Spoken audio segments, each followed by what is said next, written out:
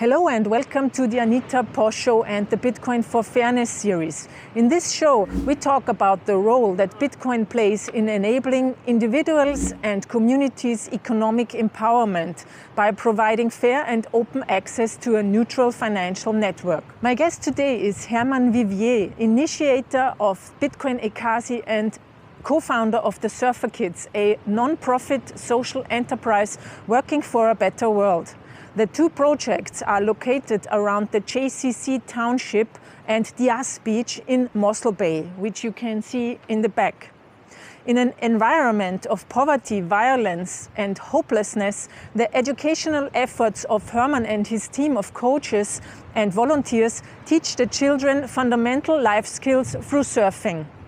As always, you can watch this interview on YouTube or in your podcast app. If you want to try something new, listen to it in a Lightning-enabled podcast app like Breeze, the Sphinx Chat app or the Fountain app. Thanks for supporting Bitcoin for Fairness. Go out to the Human Rights Foundation, to Leden and to OKCoin. And now, enjoy the interview. Learn Bitcoin will teach you the why and how to use Bitcoin. The masterful flow from one subject area to the next makes Bitcoin seem simple to explain. Michael Peterson, Bitcoin Beach, El Salvador. Order your copy now at learnbitcoin.link. That's learnbitcoin.link. Hello, Hermann. How's it? Hello. I'm good, thanks. How are you? Yeah, all good. It's all fantastic to be here, to be honest. It's awesome to have you guys here. I'm very glad you came. Yeah.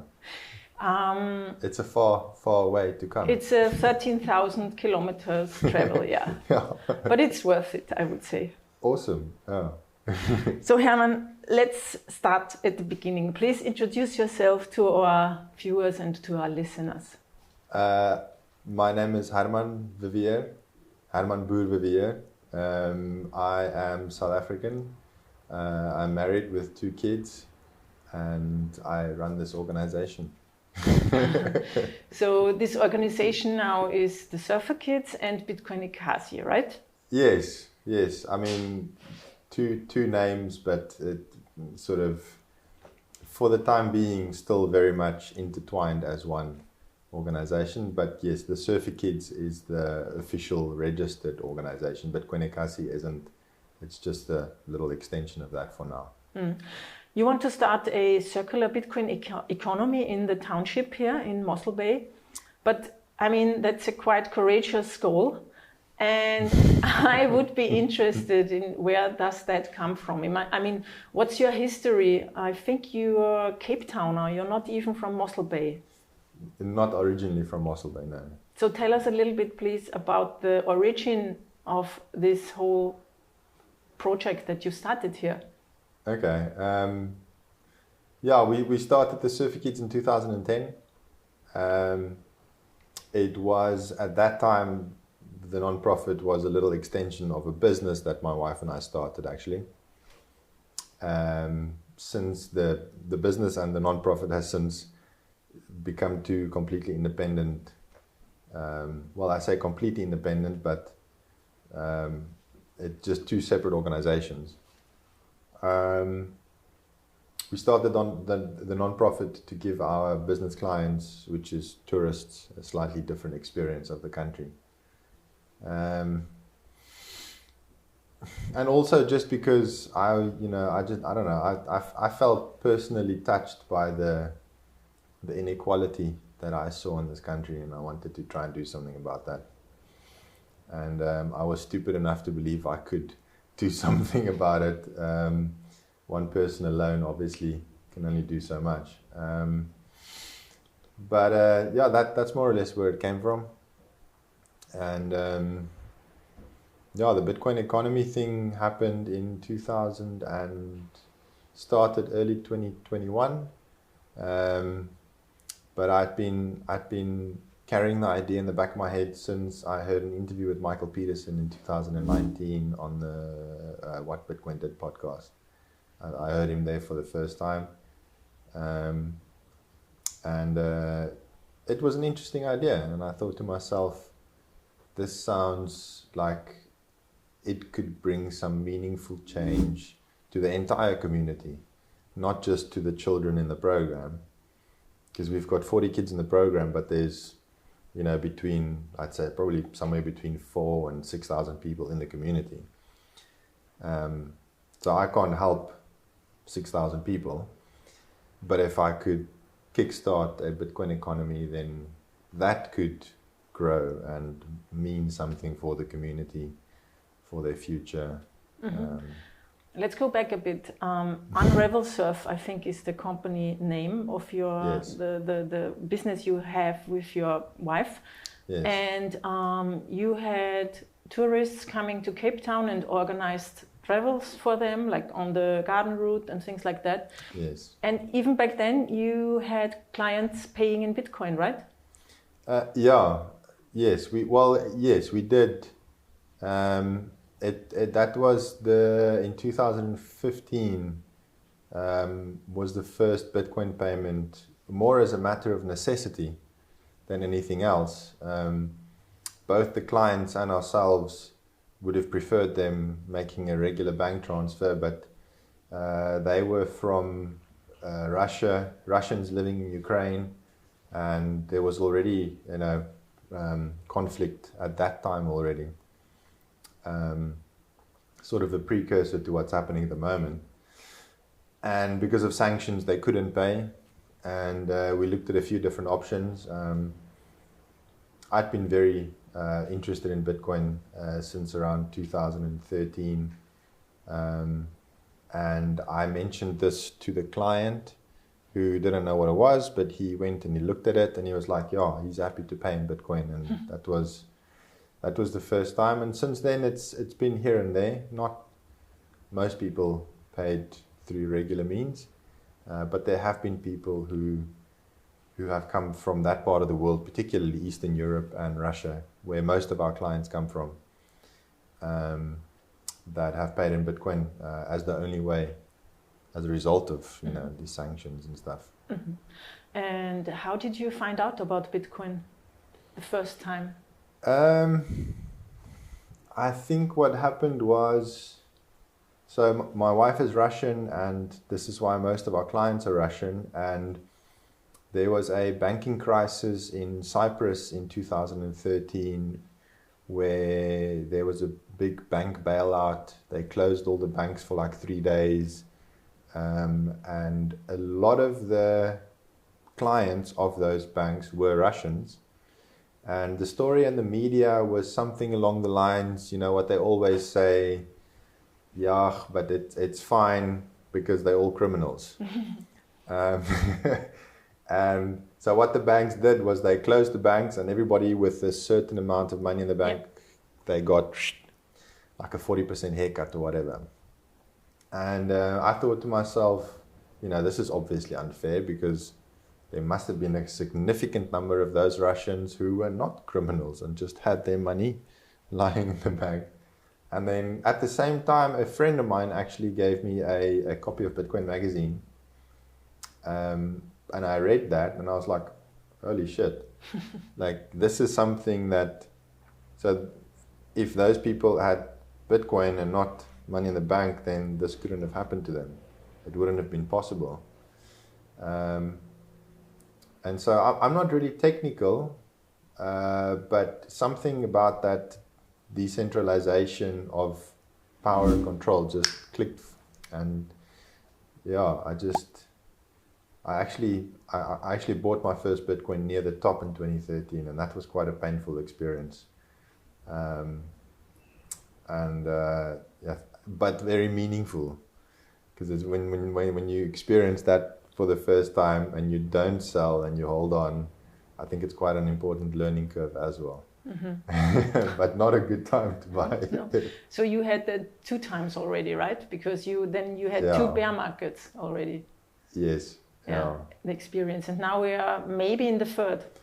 Maybe, yeah. Although I don't know, who knows what's going on. I mean, all those altcoins taking the price down of Bitcoin, but it will go. I mean, we know, or we have the conviction that Bitcoin will recover. No, absolutely. I mean, I don't have any doubt that it'll recover. It's just a question of, will it happen this year or next year or the one after that? Yeah. So the surfer kids actually started long before you had the idea or you started the Bitcoin Ekasi initiative, right? Yes, yes. So when did you start asking in the community whose child or whose kids want to learn surf? How did that work out? That was we took a little small group of kids for the first time in 2010, but then really started with focused effort in 2011, and we started in a completely different community, not the one where we operating now, and we met a local person, and he had two sons. He also was actually in recovery at that time, and he'd become estranged from his own children. His wife had kicked him out of the house, and he was trying to reconnect with his kids. And his children started coming to surf with us, and then he saw an opportunity to actually reconnect with his children by committing himself to helping us with this surfing program. So he ended up helping us find more children in the community in an attempt to reconnect with his own children who had also joined that little program. It was very small in the beginning. And then that sort of grew, but it was too far from the beach, and so we realized we had to find something closer to the beach. So in 2015, we moved to the Township where we're operating now, and we got this building in 2016. And then since then we've been operating daily. Daily, from Monday to Friday? Tuesday to Saturday. Tuesday to Saturday. Yeah. And how does that work? The children come when they are in school in the morning, or no? Let's start. How is life in a township? Wow. Because most people don't know, including me. Yeah, I mean, look, I've also never lived in a township, so it's hard for me to talk about that. Life is rough. It's a very, very different world there. I'm still shocked by the level of poverty in the townships of South Africa, and I think what makes it worse is because you've got this very affluent society to compare it to. Mm-hmm. So I guess the word for that is inequality,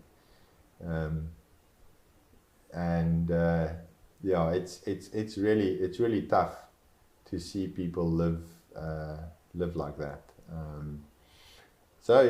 Life is rough. The kids live on the street, a lot of them, even though they've got a shack, the parents are never there. Fatherlessness is a massive problem. I think upwards of 70% of the children have no father in the home, so it would be the mother or the grandmother raising them. Maybe upwards of 50% don't have any parents, it's the grandparents raising them. So parental absence, fatherlessness,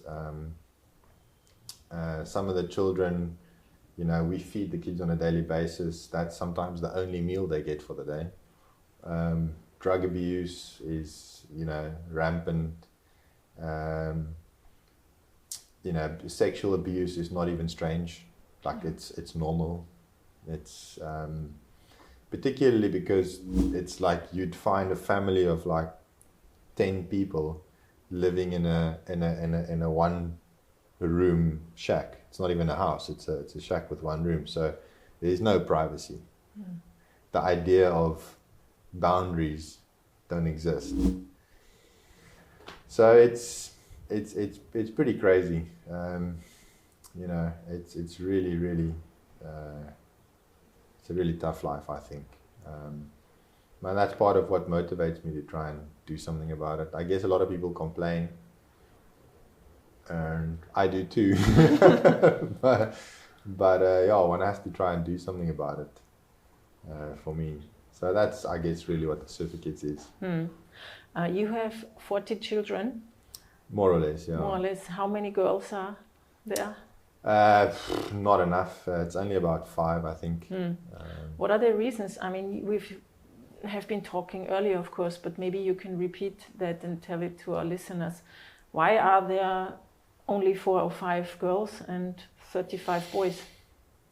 I mean, a lot of these things are second-hand information, obviously, that I get from the coaches who do the recruiting.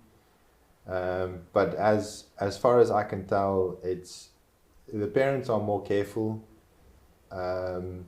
with what they let the girls do. They tend to look after the girls because a girl is sort of seen as got to be careful how I say this, but because of the cultural practice of lobola in South Africa, a parent would be more likely to benefit from the future marriage of a girl because the future husband has to pay for that girl to get married. So, if something were to happen to that girl, that's a potential loss of the future income, which could be significant. It's normally really expensive. Actually, it's not a cheap thing. Lobola is oh, really? It's very expensive. Yeah, it costs more than the marriage, more than it normally paid in cattle. So it's I don't know if that's the only reason, but it's the only thing it's one of the things that makes sense. We've heard some other things as well. They also think it's not appropriate for girls to do this. It's still a very traditional culture. So it's not seen as something that's appropriate, I guess. And there are no role models, I guess. Are there any black or colored surfer girls? There are in South Africa, but not locally that the girls can identify with. So we've been operating for long enough to have enough boys come through and grow up. So the young boys now have role models to look at, but the young girls don't really have that yet. So, but we've got one girl in particular that's been with us consistently. One of the big problems with the girls have been motivating them to stick around. Maybe because they don't have role models. But we've got one girl in particular who's been doing really well. And if she can only stick around for another 2 or 3 years, then she could become a role model, I guess. That would be great. Yeah. So, and is there any school there in the township? They do have a school, yeah. There's a government-funded school, but it's chaos. It's chaos. It's absolute chaos. I mean, I've visited the school a couple of times, and it kind of I walked in the first time, and you kind of feel like there's no structure. Like the kids walk around as they want. They come in and out of the classroom as they want. I think a lot of the teachers are completely overwhelmed, overworked. The school is understaffed, it's underfunded. The South African government is trying to fix a problem that is just so big that it's almost unsolvable. And because so many people are so poor all over the country, you told me yesterday that everyone is coming to the towns, like to Mossel Bay, to Cape Town, and they start living in these townships that grow like uncontrolled in a way. I mean, like in chaos as well. Yeah. So there are more and more children, more and more people, no structures, no income, no hope, basically. Yeah, pretty much. Yeah, pretty much. So that's also one of the reasons, I think, why you started educating the kids here, not only to surf, but also in general education. Yeah, I mean, we wanted to help do something about the school education, because the education they're getting at school is just not adequate. Unfortunately, the South African Department of Education have been trying to solve the problem in a very sort of reverse way. So instead of raising the level of education, they've dropped the requirements to call it an education. So they've got a high enough pass rate, enough people are finishing school, but the requirement to finish school is so low that you can finish school without even being able to read properly in a language that you're supposed to have been educated in for a minimum of 10 years. Mm-hmm. So their language, their native language is Xhosa? Xhosa, yeah. Xhosa. Yeah. And they learn English, but not really? The school, it's an English medium school. 100% of kids at that school speak Xhosa at home. But this is only in this part of South Africa. The language changes completely depending on which part of the country you're in. But yeah, so they receive instruction in English. I'm not sure if all the teachers are qualified to teach in English, because what I hear from the children is that a lot of their teachers are teaching subjects like mathematics or whatever, and they're teaching it in English, but they're speaking Xhosa half the time. So they're learning a lot of things in Xhosa, but when it comes to writing exams, the entire paper is in English because it's supposed to be an English medium school. But then they've learned all these things in Xhosa because the teacher didn't have the ability to explain it in English because it's a Xhosa speaking teacher. I mean, I guess in a situation like that, it would actually be better to just teach them everything in Xhosa, do all the exams in Xhosa. I mean, I had my education in my mother tongue, which is Afrikaans, and I only really learned to speak English at a later stage. But yes, for whatever reason, the school is supposed to be an English medium school, and I actually think that's maybe sort of confusing the situation even more, because none of the teachers are actually English. Yeah, so they can't really speak English very well. Then. No, I mean also the kids. Sorry. No, yeah. No. At an older age, yes. So the older children, yes, they do. I mean, all media, all TV, all films in South Africa is English. So they hear it constantly all the time. But in terms of writing and reading, that's Do you know, on average, what the income of a person or maybe a family of 10 is in a month? I mean, how much or how not much money do they have? You mean in the area where we are focused? That area. Yeah, what do the people tell you? Or what do you know? I mean, look, there are some of the coaches who earn with us in rands, so they would earn 2,500 rand a month, which is about $180 per month, and they're earning more than their parents. So, yeah, I mean, to give you an idea, if you the government grant for people who are unemployed is like $30 a month. Oh wow! Yeah. And some people live on that, but then they'll have a household of 5 people receiving that. Wow! And they'll run the household like that, and then they also get a grant of about $30-40 per month for each child in the household that's dependent on them. So yeah, I mean, I think people are if you're earning more than $200, $300 a month, that's actually considered a pretty decent income in that particular area, which is very little, but it is an incredibly. It's one of the poorest townships in Mossel Bay. Okay. I mean, how's the average rate of? I mean, do people have smartphones?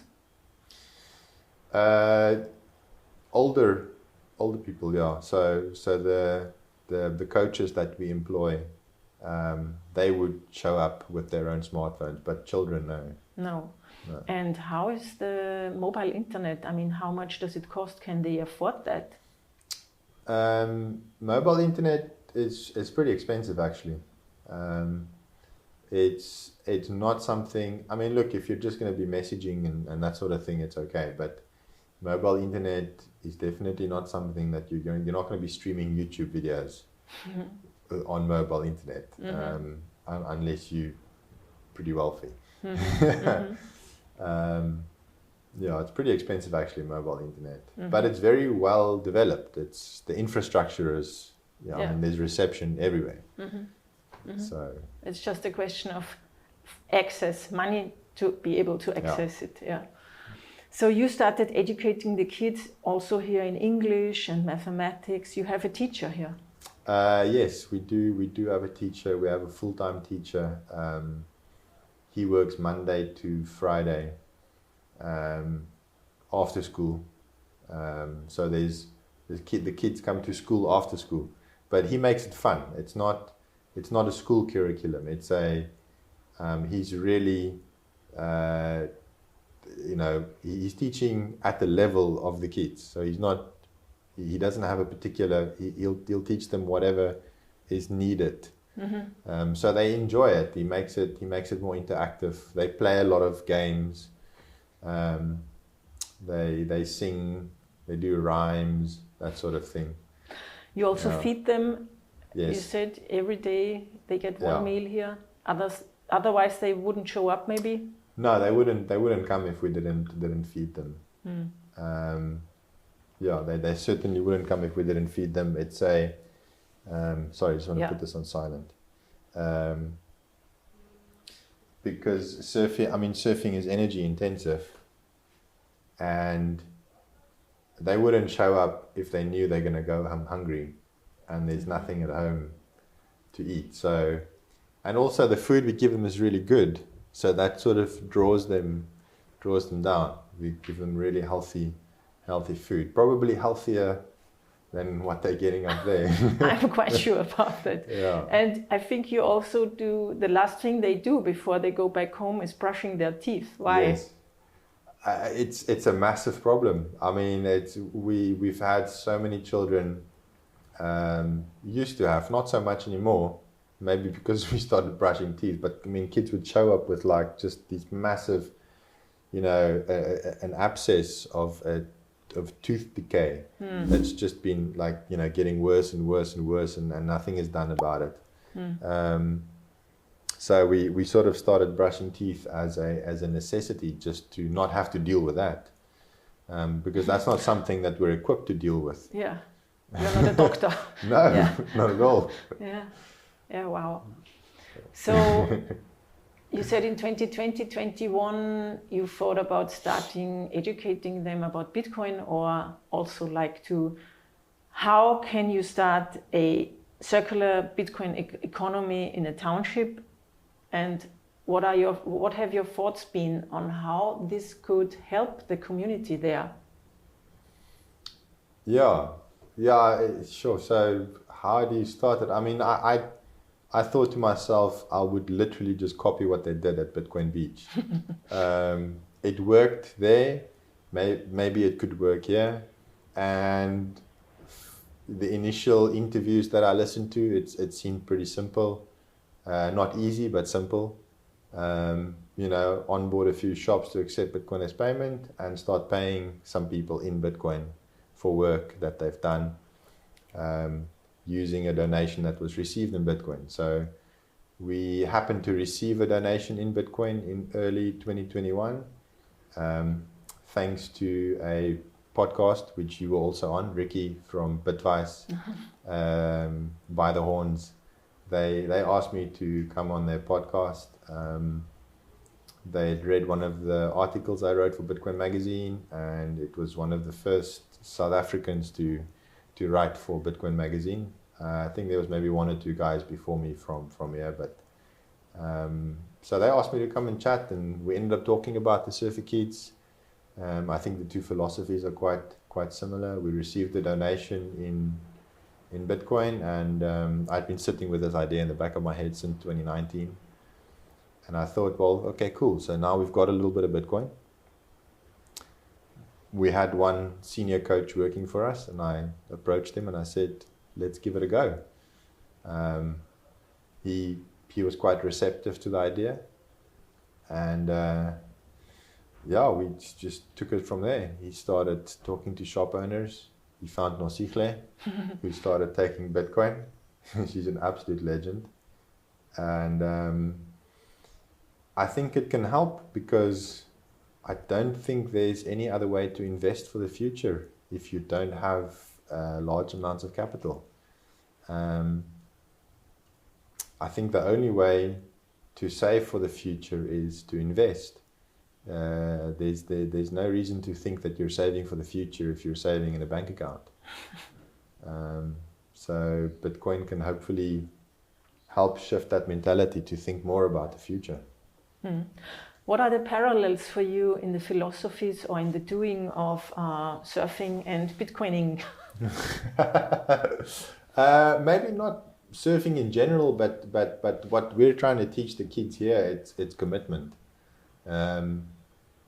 It's more about the side effects of learning to surf, which I think, because it's a difficult skill, you learn the value of commitment over the long term. And that's what Bitcoin is all about. I mean, you're not going to make money quick. That's not what it's about. It's about, what's that saying? Bitcoin is not about making money quickly. It's about not losing money slowly. So, and that shift in mentality is sort of, that lower time preference lets you think further ahead and plan for the future. Think about, what are your children going to need one day? Think about, what are you going to need for your retirement? Think about, what are your grandkids going to inherit? Think about those things, because they're important. And what we do with the children here aligns with that, that long-term outlook.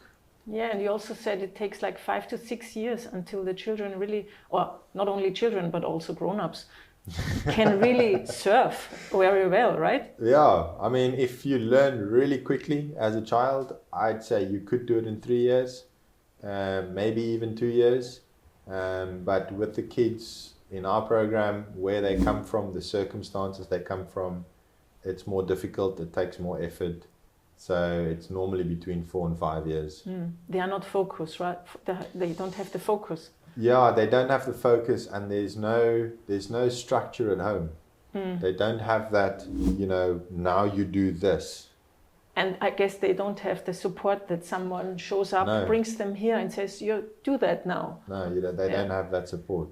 They've got one parent, and that's the coach. Oh, yeah. Yeah, I mean, you have some sort of a father or mother role. I mean, only fathers, because you don't have a female coach yet. Not yet. Yeah. And also, you told me a story about that. I mean, the violence, the level of violence is incredibly high, and also because the poverty brings people to do things like a mother and a grandmother, I think, stealing from one of your coaches, right? Yeah. I mean, it's not maybe stealing, but manipulating. Yeah. So they were basically manipulating his salary away from him while he was earning cash. Yeah. It's survival at its most desperate level. It's how far would people go to survive if they have to do anything and everything to survive? And if you push a person, regardless of who it is, if you push a person to that extent, most people will probably end up doing terrible things to one another. And that's basically what's happening up there. No, okay, yeah. Let's focus a little bit more on the positive things, please. So now we just said that one of your coaches, they took his money away because he had cash. Yes. So now that can't happen anymore, right? Because no. He has the seed, I don't know where. I mean, they are doing self-custody, right? That's what you teach them. Yeah, we teach them self-custody on-chain. Lightning, it's all still custodial, but Lightning it gets spent pretty quickly. So from their Lightning wallets, it would either be spent almost instantly within a couple of days at one of the shops, or it would be transferred into a self-custody on-chain wallet for long-term savings. Okay, so how many senior coaches, junior coaches, and people do you have here now that you pay in Bitcoin fully? So everybody earns a 100% of their salaries in Bitcoin now. Everybody except myself, because I don't earn a salary. But everybody that does earn a salary earns everything in Bitcoin, and we've got one senior coach who oversees the program. We've got 3 junior coaches working underneath him. We've got 2 lifeguards, one of whom also plays a role as a senior coach when he's not patrolling the beach, and then we've got a full-time teacher. So that's seven people who are being paid in Bitcoin. That's quite something. Yeah, it's expanded a lot since the beginning of the year. Up until the end of last year, it was only the senior coach and 3 junior coaches. So we added 3 more people since the beginning of this year. And so Luthando, I think, was the first junior coach, or is he a senior coach? Senior coach. Yes. He's the senior coach. He's the senior coach. Okay. Yes. And he was the person who onboarded the shop owners, right? Yes. Yeah. Yeah. And so when did that start? A year ago, or when? So I started talking to him about Bitcoin in May 2021. I actually spoke to him about it the first time in 2020, but that's only because somebody approached him with a scam. MTI was a very infamous South African scam. MTI? MTI, yeah. Yeah, weird title for a scam. MTI. Mirror Trading International is what they call Mirror it. trading? Mirror Trading International. They stole billions. Oh. They had a trading bot that could generate 1% per day. I mean, really. Yeah. Anyway, so somebody approached him with that, and I pulled him aside afterwards, and I said, "Look, my man, no, don't even think about it. I will explain all this stuff to you, but all you need to know for now is don't go anywhere near that. If you're interested in this stuff, we can chat about it." And then about 8 months later, we really started discussing Bitcoin in May 2021, and he started going to shops in July of that year, onboarded the first shop at the end of August, which was Nosihle. And he was the only one spending Bitcoin at a shop for about 2 months, August, September and October, 3 months. And then in November, we launched it on Twitter, and we started paying the junior coaches as well. And did Nosihle ever buy something with it? Do you know that? She has cashed out a few times when the price has gone up. She's used it to buy some nice things for herself. We encourage the shop owners to cash out at the beginning just to illustrate that it's real money. But she's actually holding on to a significant amount of Bitcoin, a surprising amount considering the dips that she's been through. Lutando did confirm her balance yesterday, and I was very surprised to see how much Bitcoin she's holding on to. That's great. She got it, it seems. She understands. I think so, yeah. I think so. She would use it to buy airtime, and from time to time, because it's very convenient through like Bitrefill, for example. It's even more convenient to buy airtime through that app than it is through traditional means. Yeah, that's right. Yeah. So.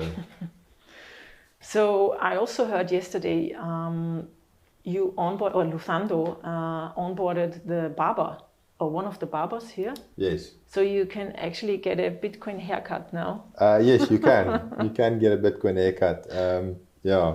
I mean, Lutando and the junior coaches, but primarily Lutando does all the onboarding. I don't do any of that. In fact, I try and show my face as little as possible up in the township. I don't want to be the face of the organization up there. It's got to be. It's got to come from within the community itself. Yeah. Because this external assistance thing, and it's also not sustainable. I mean, no. Yeah, and they need to build trust inside of the community. Yeah. And I also heard yesterday Lutando telling you that someone in the barber shop said Bitcoin is devil's money. Yes. So most people believe that it's a scam, right? Absolutely. Yeah, the vast majority of people. I think some people don't know what it is, but almost everyone that knows what it is thinks it's a scam. There's been 2 really big scams, and unfortunately they target the poorer areas where education is still an issue. I mean, it's just easier to scam somebody with a lower level of literacy than somebody who is a little bit, it's got a slightly higher level of education. And people who are more desperate are also more easily scammed. So, unfortunate. Yeah. But you know all about that. I mean. Yeah, but yeah.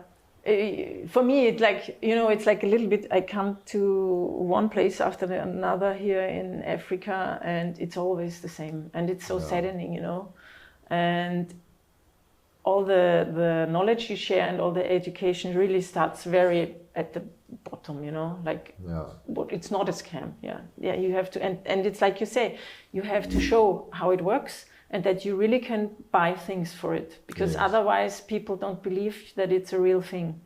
Which is understandable, completely understandable. That's completely understandable. Yeah. I mean, if you've been exploited before, you're going to be suspicious.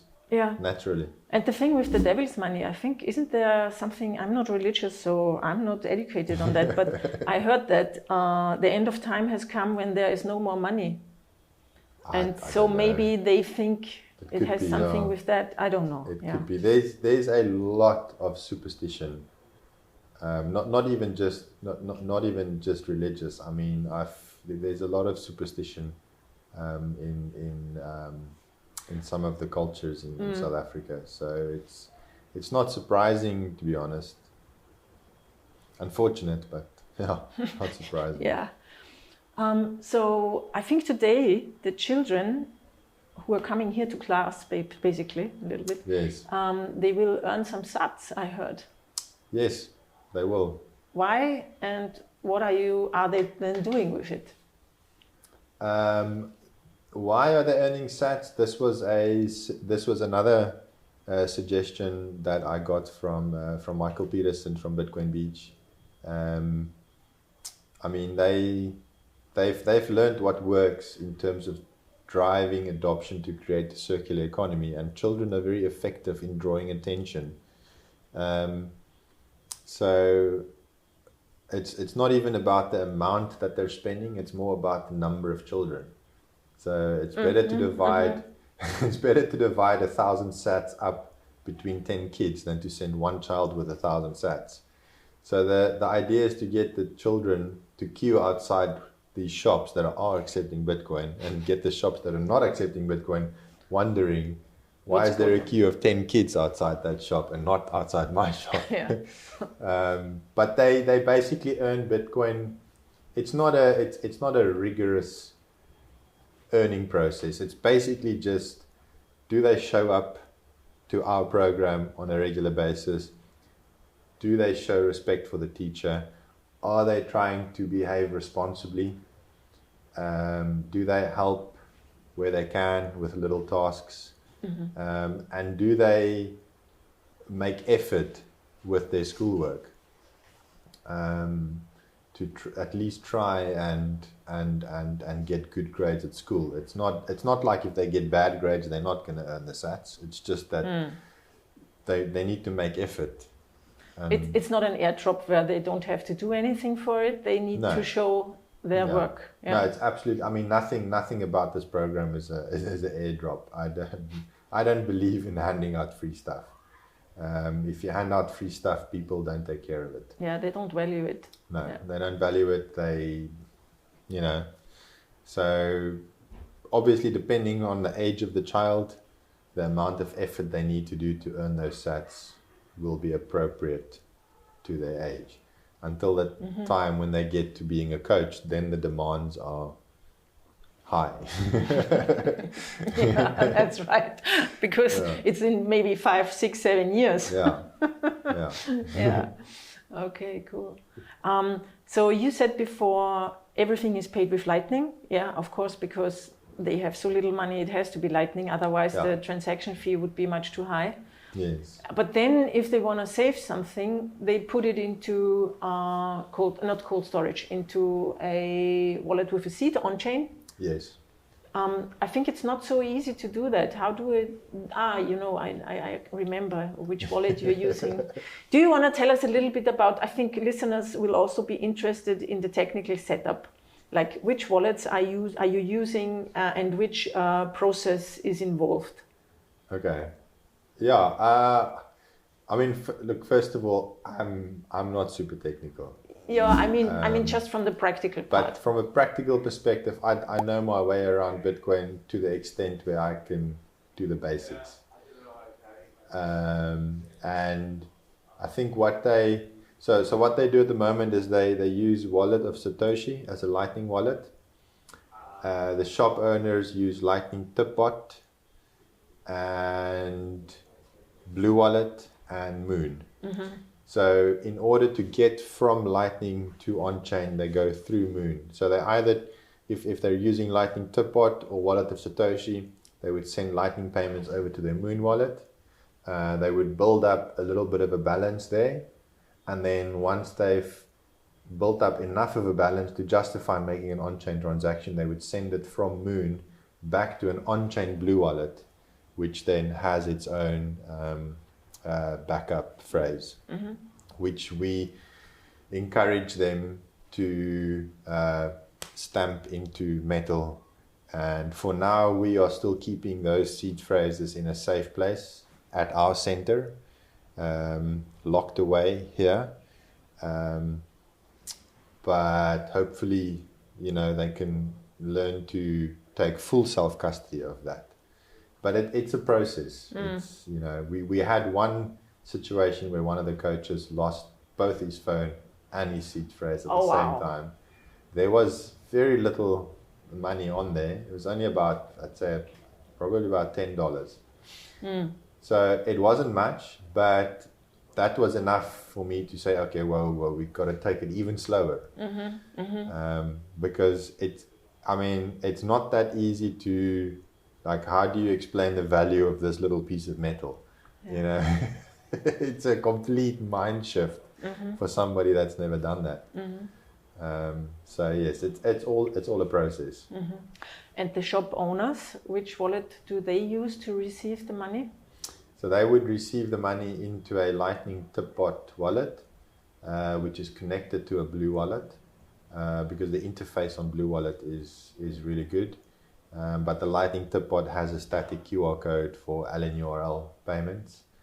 And then they would follow the same process to save. So they would move from the Lightning Tipbot over to Moon wallet, build up a bit of a balance, and then move to an on-chain Blue wallet, unless they are cashing out.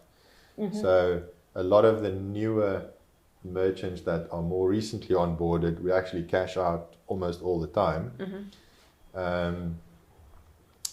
It's only the ones like Mossel that have been on board for quite some time who are now hodling on to considerable amounts of Bitcoin. And the cashing out, how do they do that? The ones that have bank accounts would use a regular exchange. The ones that don't have bank accounts would either use Paxful, which is a peer-to-peer exchange. We have tried to encourage more creative ways of cashing out. Like, one of the things we really want the store owners to start doing is we want them to, because they sell airtime at their store, and they've got these little devices that people can buy airtime with cash. So they can turn their phone into one of those devices if they've got a Lightning wallet and Bitrefill on there. And they could cash out by taking the fiat money for airtime, but using the Bitcoin balance to buy the airtime and give that to the person buying from them. Fantastic. But it's airtime is phone credits. Yes. But phone credits is not such a useful way of doing that because it's so expensive, people are very sensitive. But the one thing that is coming, Bitrefill is going to be listing electricity vouchers on their platform soon. And that's something that gets bought constantly at the shops. And people are making those purchases in small amounts. So they would come into the shop and buy like $50 worth of electricity just for the day, because that's all they've got for the day. Wow. And so if the store owners can start cashing out in that 50 way. 50 cents with Lightning, fantastic. Yeah. So if as soon as Bitrefill offers, there is actually another way of doing it. The Karel who you met, I don't know. Karel van Wyk. Yeah, he built a platform that you can buy electricity with Lightning. But for some reason it doesn't work in this municipality. We've tested it. So I don't know. Okay, but maybe he finds a workaround. We will see, right? Yeah. That would be fantastic, though. Yeah. So now, in recent days, weeks, we had a drop of like 30% or even more in Bitcoin. Another time.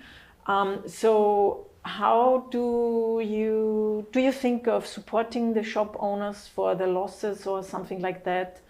No. Yes. No, we would have to. I mean, otherwise you might lose them all. Exactly. Yeah. Exactly. I mean, the last thing you want is for somebody to walk away feeling like they got robbed. I mean, if somebody doesn't understand Bitcoin and you bring them into this world, and it just so happens that you onboarded them 3 weeks before a 30% correction, maybe they don't have a significant amount of money in Bitcoin, but if it's $100 or whatever, and they lose 30% of that within a few days, they're going to walk away, not with a massive loss, but they'll walk away feeling like they got robbed. So it's a reality that in a situation like this, if you're trying to do what we're trying to do, you're going to have to support. There's just no way, in my experience, doing this thing, what we're trying to do. I don't think in this particular community, I don't think there's a way of doing that without making an investment where you don't expect a return on investment. There's going to be a time where that gets cut off. It's not indefinite. Eventually it will be self-sustaining. But you personally won't get a return anyhow. No. It's just the goodwill, like what you're doing. Yes. Yeah. I mean, unless, of course, this effort, orange pills, everyone, then the price is rising and then maybe. So we were speaking now about the practical, technical setups, which wallets you're using. Yes. Do you have any cold storage for the senior coaches and the people you pay in Bitcoin? No. Personally, I do for my own Bitcoin, but for the organization and the coaches, everything that's on-chain is in self-custody, but not in cold storage. So you got the seed, and that's all. Yeah. On the blue wallet, we said. Yes. So now I have to. I have got some. Trezor was so kind to donate 10 hardware wallets. That's incredible. For the project. That's is very the first thing. The others are there. We know that. And then Thank you so much. That's incredible. Yeah, and we will do a workshop tomorrow with the senior coaches. Yes. And show them how it works. Yeah. You also only have laptops, right? The kids and the coaches, do the coaches have their own laptops? The senior coaches, they have their own laptop, and then the junior coaches have a laptop that they share. And how about the shop owners? No, they have phones. Okay. But, we do get laptops donated from time to time. And we could look into having a shop owners laptop, something like that. Yeah. So if you want to donate, they need laptops. They need a lot more. We need laptops and phones. Yeah. Phones, yeah. Nothing fancy or expensive. I mean, I think the phones that we are using for the children to spend their sats, we are buying those phones for $40 per phone, brand new. Yeah. So it's not an expensive phone. Yeah. Yeah, and then with Bitcoin for Fairness, I was able, and thank you to the donors, to buy a Raspberry Blitz from Fulmo, from Germany. And So look, cool. it comes in a tamper-proof bag. So I haven't tampered with it because it's already, it's synchronized with the blockchain, because Yes. I thought it's better to have it synchronized than, and I trust them. So Yes.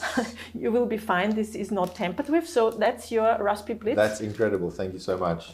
I'm looking forward to see you going online with it and opening your first channels. Absolutely. Yeah.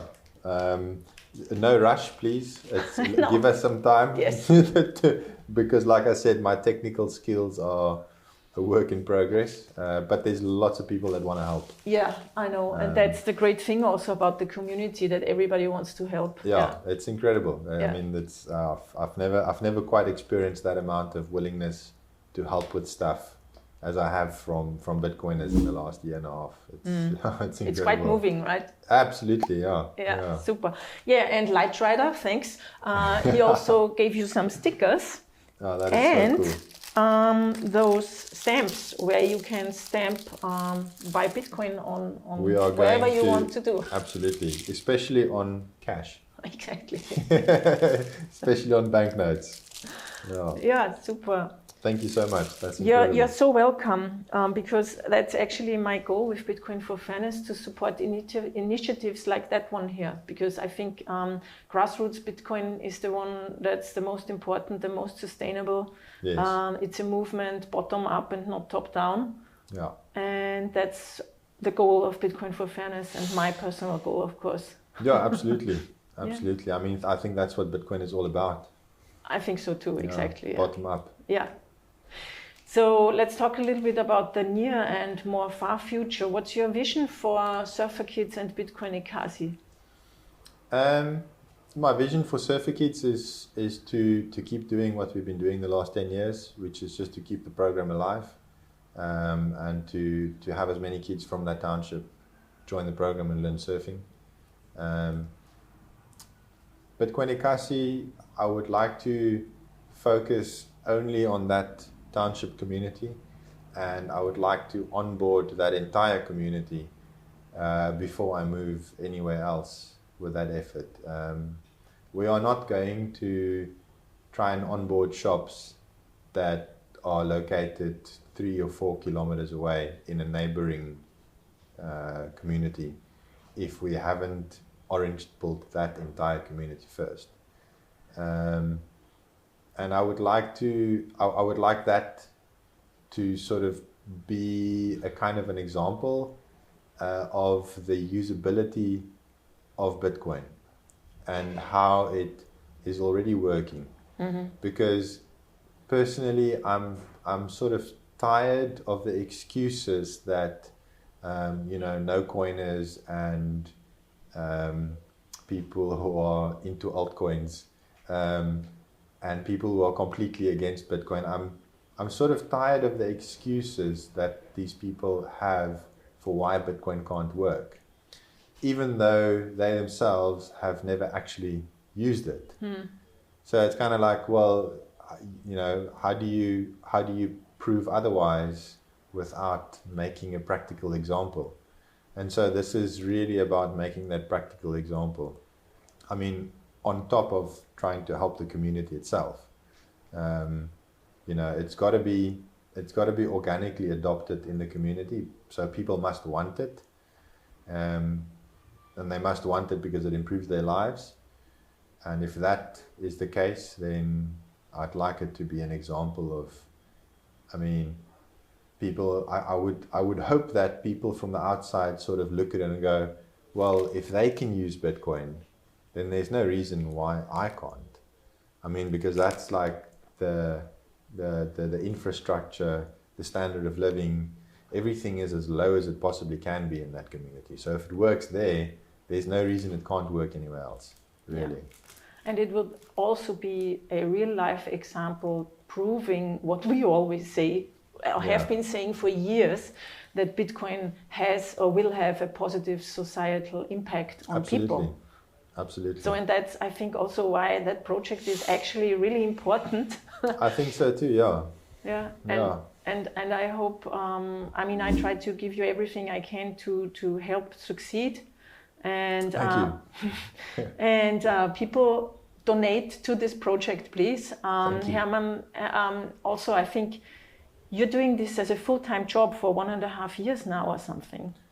Yeah, since the beginning of 2020, when our tourism business went down, I've been working on this full-time. You have no income? At the moment, since early 2020, no. Yeah, so, but you have a family? I have a family, and yes. Bills to pay? And bills to pay, yes. And so I think you also should earn something. I probably should, and my wife has been asking me about that. So yeah, because I think if we all together want this project to succeed, you really have to help them, please.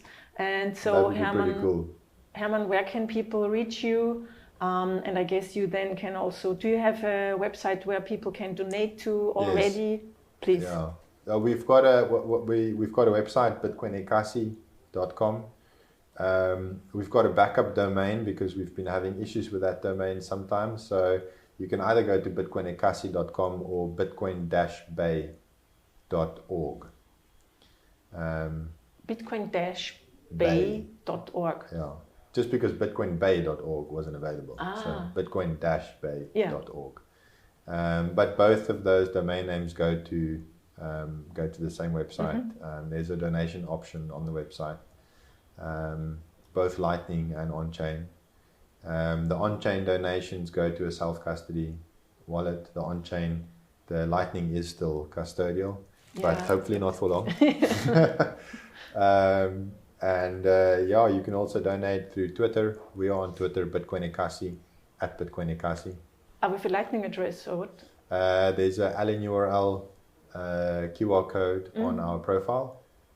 Otherwise, the Twitter donate button goes to an on-chain address that is also self-custody. Okay, cool. Yeah, and whatever is donated in Bitcoin does not get converted to fiat. That's important too. We use it as Bitcoin. Super. Yeah. Thank you. Thank you. Anything you want to say? Some final words? Anything we missed to talk about it? I don't think so. I think we've covered pretty much everything. I think the only thing I'd add is Bitcoin is the only thing that gives me hope for the future. If it wasn't for Bitcoin, I'd be feeling pretty bleak about where we are as a planet right now. That's right. But Bitcoin, it sounds corny, but that's why I wake up in the morning and do this, because I don't want my kids to grow up in a world that looks like Mad Max. That's right. Yeah. Thank you very much. Thank you. I appreciate it. Thank you very much. That's it. Thanks for joining. If you've enjoyed this interview, please subscribe to my show at anita.link/news and recommend it to your friends. A special thanks goes out to the Human Rights Foundation, Leden.io and OKCoin. See you soon at the Anita Posch Show.